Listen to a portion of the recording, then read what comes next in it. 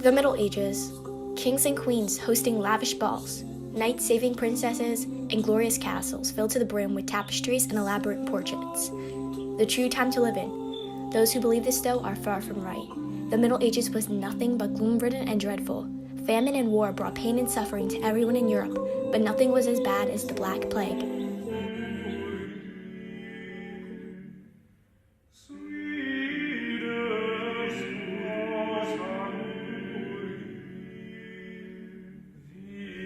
Mostly everyone during the Middle Ages was either a farmer, craftsperson, serf, or lucky government official. They did their job and searched for food. Religion was highly regarded because mostly everything on a day-to-day basis was controlled by the Catholic Church. And once it was time for bed, everyone went home to a filthy house that was poorly built. The houses of people in the Middle Ages were uninhabitable. They were terribly structured with the potential threat of falling down, not to mention the dirt and bacteria lingering inside. Feces could have been even found from the rats and tiny animals crawling about. For some houses, even farm animals rested with the humans. With no floor or glass for a window, cold breezes swept through during the winter, and the smoke from the fire located inside the house brought haze and could cause an asthma attack to occur in just seconds. Additionally, people living in these houses barely bathed. They would wear clothes for weeks without cleaning them. Baths were last resorts, and with no sewer or toilet, streets were used to discard waste. Working in the Middle Ages was also tough. Wages were low and the price of goods were skyrocketing. Work was hard to find, and when one did have a job, it was very laborious. While many commoners in the Middle Ages had hard lives, serfs had it even worse. They were nearly slaves, working to end their debt. It was an inescapable circuit. Serfdom was not uncommon in Europe, though. Serfdom allowed inequality to escalate and took advantage of those who were weak and powerless. When someone in the Middle Ages got sick, medical knowledge would be limited. Most medical knowledge was based on the philosophies of two important scientists, Galen and Avicenna. Galen came up with the idea that the human body consisted of 4 humors, while Avicenna connected human anatomy to astrology. Clearly, both ideas were misleading, causing medical knowledge during medieval times to be quite incorrect. Additionally, at the time, there was not a lot of medical schools. Knowledge about infectious diseases were limited, and even worse, human dissections were most of the time forbidden. This ensured that medical progress would not advance. Surgery was rarely done, and bleeding patients out was a well-approved method of curing someone with a disease. Physicians had bizarre cures and methods which were far from helpful. This was life in the Middle Ages. It may have been tough, but no one had a clue of what was yet to come. The Black Plague. The Black Plague was the term used to describe the pandemic during the mid-1300s, from around the year 1347 to about 1352. During this time, no life was spared. Everyone was in danger, and once infected, you would not live to see another week. From London to Paris, towns all across of Europe and parts of Asia suffered, stretching from Madrid to Russia to Norway to Sicily. Many theories pose answers to the question of why it was called the Black Plague. Some say it was because of the fact that victims had swollen lymph nodes that were black, while others say because some tongues turned black once infected. But where did this deadly epidemic come from? Central Asia. Heard of Marco Polo? Well, its trade route promoted trade and travel. However, it also brought consequences. The bacteria Yersinia pestis, originally causing the plague of Justinian, was brought along this route, and that same bacteria, Yersinia pestis, caused the Black Plague. Early Mongols traveling along this route spread the bacteria to Kaffa, Italy, which in turn prompted the start to the whole outbreak. From Kaffa, the plague spread north. Once someone in a town was infected, everyone else would be a potential victim. During the Black Plague, the bacteria lived on small mammals such as rats and squirrels. Later, fleas bit these creatures, which allowed Yersinia pestis to infect their body systems. As the infected flea bit humans, the plague was spread. The Black Plague killed about 1/3 of Europe's population, estimating at about 25 million people. Farmers, kings, merchants, everyone, everywhere. As the Black Plague spread, trade discontinued, leaving many even unable to travel. With no trade, the economy went down. Religion, which was one of the most important things at the time, was now being questioned.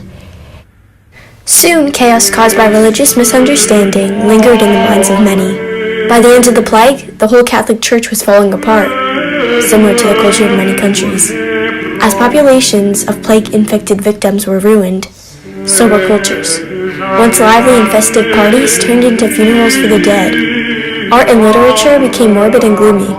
One can clearly see a significant change in moods between the art and literature before and during the Black Plague. Art depicting skeletons, corpses, and devils are commonly seen, just as illustrations of death choosing people to die is frequently depicted. Furthermore, music during the time was very low on a musical scale, pitchwise, having a dark and sad mood and tone. Songs and books were written about death and the Black Plague. Daily life was also affected. Naturally, the daily life of everyone varied by who you were, because the lucky few who would be so fortunate enough to survive would do anything to live their last few days to the fullest. They spent their happy, joyful days in expensive silks, dining on flavorful meals. They threw parties and enjoyed their lives until they were taken by the plague. Others spent their days tending to sick family members or burying the hundreds of lives lost every day. No matter what your day typically consisted of, life was uncivilized and disorderly.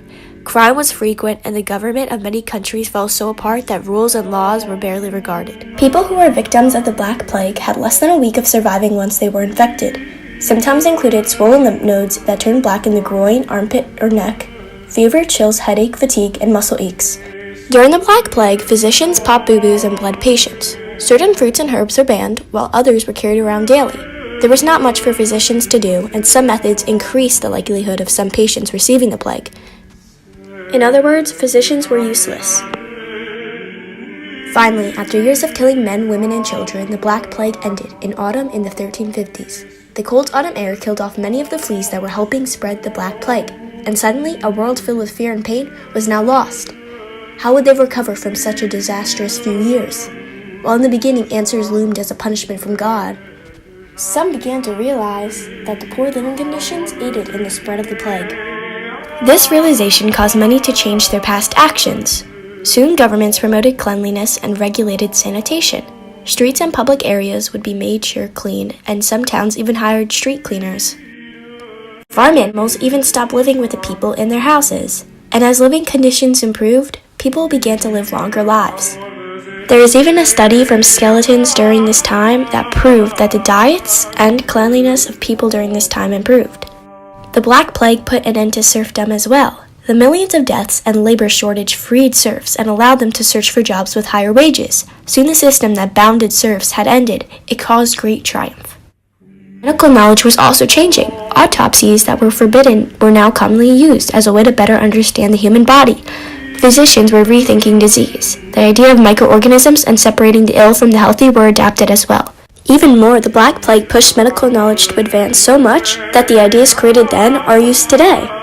Hospitals that were mainly used to hold the sick and dying were now being visited by physicians who until then did not come to cure anyone. The deaths of many caused a labor shortage. This initially helped peasants gain an advantage towards their landlords. Because there was a struggle for landlords to find work, peasants bargained and received higher wages. In accordance to a study conducted by Phillips, Brown, and Hopkins, daily wages of skilled building workers in southern England increased by 66% from 1340 to 1390. The Black Plague may or may not be well known in history, but one thing is for sure, it had a big impact. It was a tragedy for the few people alive during the time. So many deaths, at what cost? But the Black Plague allowed all of Europe to be greater, to advance. The deaths of thousands was the price paid for saving the lives of millions. Millions of people in the future. Their lives would be greater because of the path paved by the Black Plague. It is hard to think about what life would be like today without the Black Plague. Would we continue to live in terrible living conditions? Would serfdom arise in the United States? Would life be similar to the Great Depression, with wages so low that the income of a family is not enough to even support one person? Would the medical knowledge of Galen and Avicenna be what medical knowledge is still based on? Would it still be based on astrology? As mentioned previously, it is hard to know. While these questions linger in the minds of historians, it is very certain that life would be very different than it is today without the Black Death in our past. Living conditions, which were improved by Europeans after the Black Plague, improved not only their day-to-day lives, but the future. They set the standards. Medical knowledge would not be advanced and accepting to changes.